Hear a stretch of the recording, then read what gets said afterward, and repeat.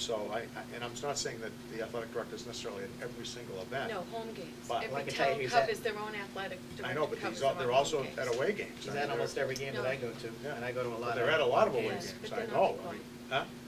They're not required. Well, again, I think they consider it part of his responsibility to be there. Right. So, I'm just saying that I think that the stipend, it probably doesn't even cover the time that he has to put in outside of the office.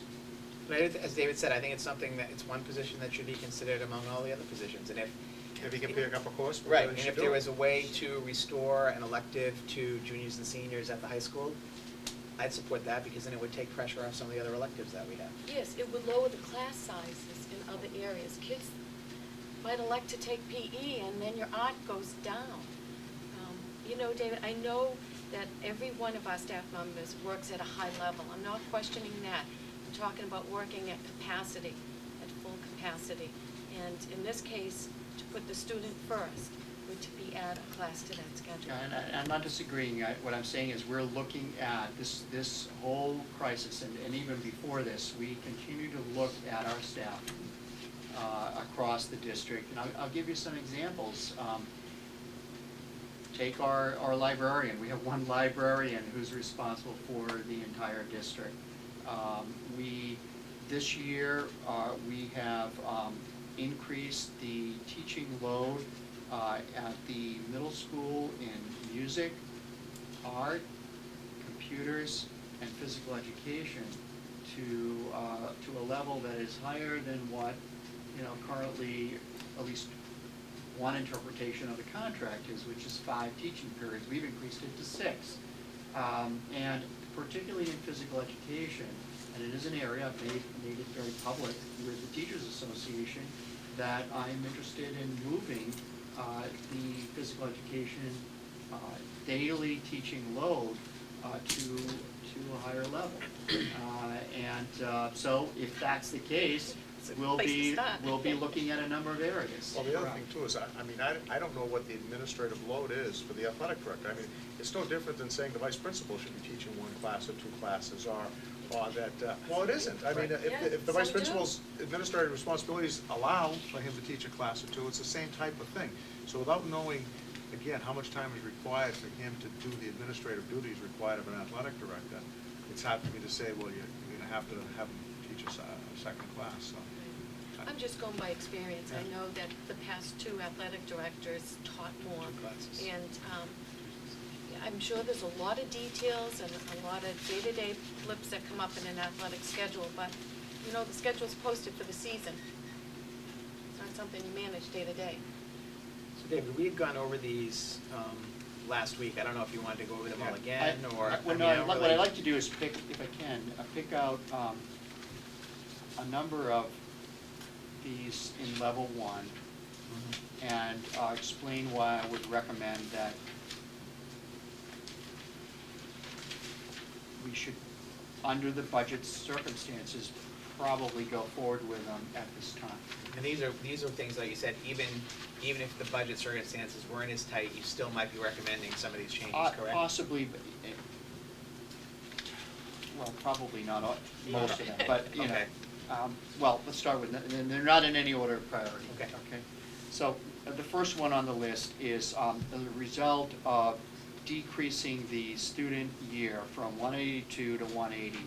This will reduce the number of days that our paraprofessionals work, and this will, based on salary projections, will reduce our budget by just under $10,000.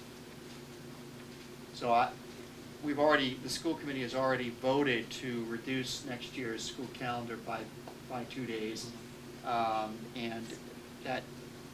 So on those 2 days, paraprofessionals won't be here.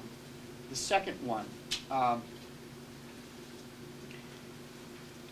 and keep in mind that any of the salaries on here are based on, they're based with the assumption that there will be a claim on unemployment.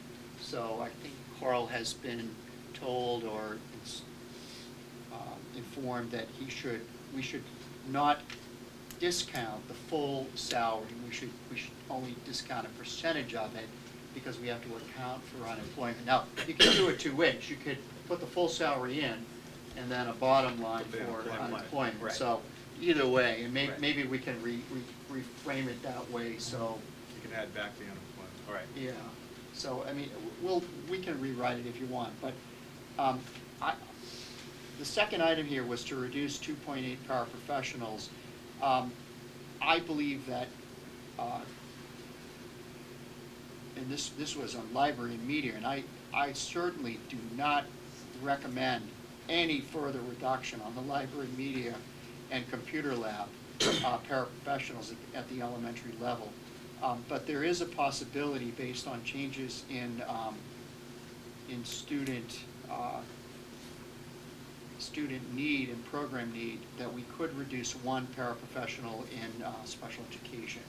So that would reduce the budget by 22,400 approximately. Item number 3 is custodians, and I would recommend that in our budget, we have carried a salary for another grounds person. Certainly needed. I'm recommending at this point that we not carry that salary. So that would be 30,800. So you're Change it. changing what I'm changing. we have in front of us right now. Well, I'm not changing what I have in front of you, because that total list comes to $1.2 million, which is about where the gap is at this point. Right. So if the gap exists at that level, You're kind of refining your recommendation to say that, I'm just saying, out of the 1.2 million, at this time and place, given the financial severity, the severity of the financial problem, I'm reluctantly recommending that, and we have to start making some decisions here. Right, but you have You two have two. right here for Yeah, the you're saying custodians, one? and you're saying one. I'm saying one, Okay. right. I'm still leaving the other one on there as it would be required. he's kind of giving a priority out of that. Yeah, I'm giving you a priority. Okay, 1.24 million, and these are the Coming up with a priorities. pyramid. I thought successful last year, but I guess it wasn't, but, I'm kind of coming up with a pyramid, right, thank you. So, just to recap, on line item number 2, I'm still recommending, if we go forward with this available funds budget, this will mean a reduction of 2.8 paraprofessionals.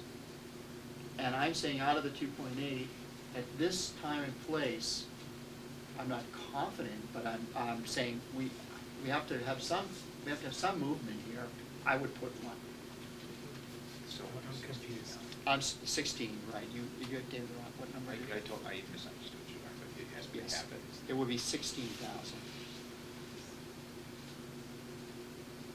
Just call it DT recommendations. Yeah, you can call it DT recommendation.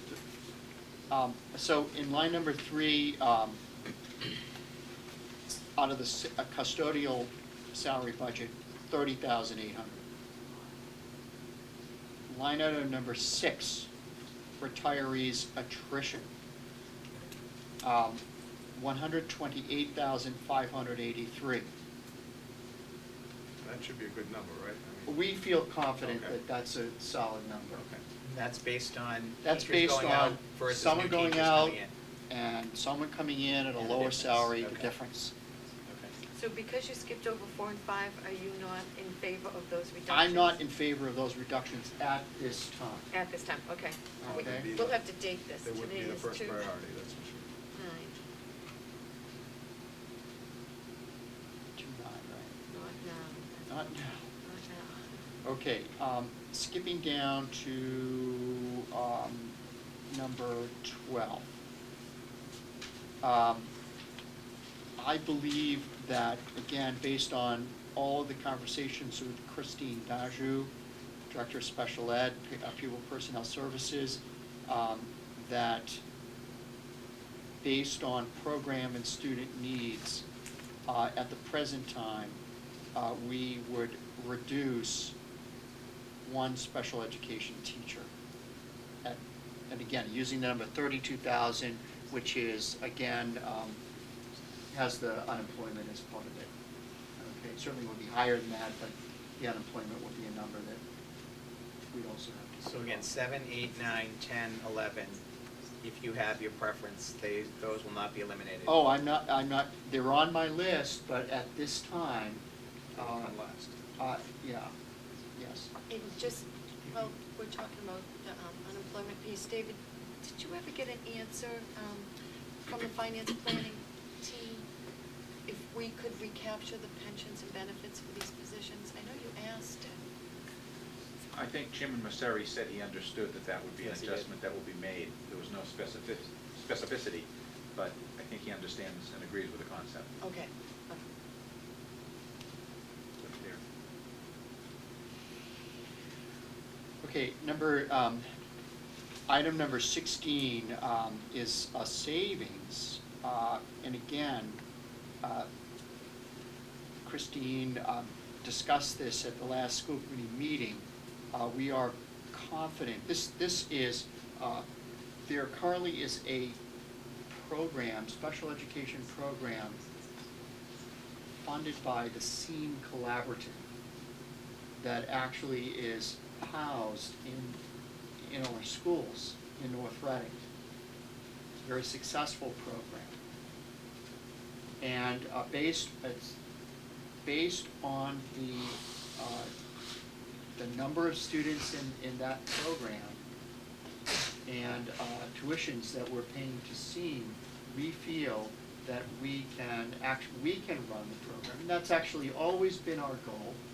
We've done it in a number of cases. We did it this year, and we've done it in the past where we establish a program, a very high-quality program, meeting the needs of children, and then we're not paying that tuition. I think that's a good thing, and we believe that we would actually save in the tuitions now by $10,000. But we would have to add to our staffing a teacher and a paraprofessional. But given the SEAM Collaborative tuition, which is lower than even a private school tuition, we would have savings. So we'd net 10,000 from doing that, even though. We would net 10,000 approximately. That's our best estimate at this time.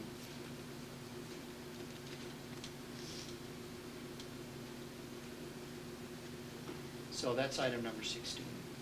Item number 17, the committee has already determined an increase in the pre-kindergarten tuition is justified. And so that will yield $35,000. Similarly, item number 18, the committee has already voted to increase the full-day kindergarten tuition, and that will yield, based on enrollment projections, $17,500. Again, I want to remind you about both of these tuitions. These tuitions should not considered profit to be used to offset something else. They are used to run this program. We're picking up, I mean, let's face it, we're picking up a percentage, a portion of both of these programs. So we want to be sure that it is covering full expenses. And we have never charged off on these programs a lot of the administrative and other costs, but maybe this is the time to start doing that kind of math.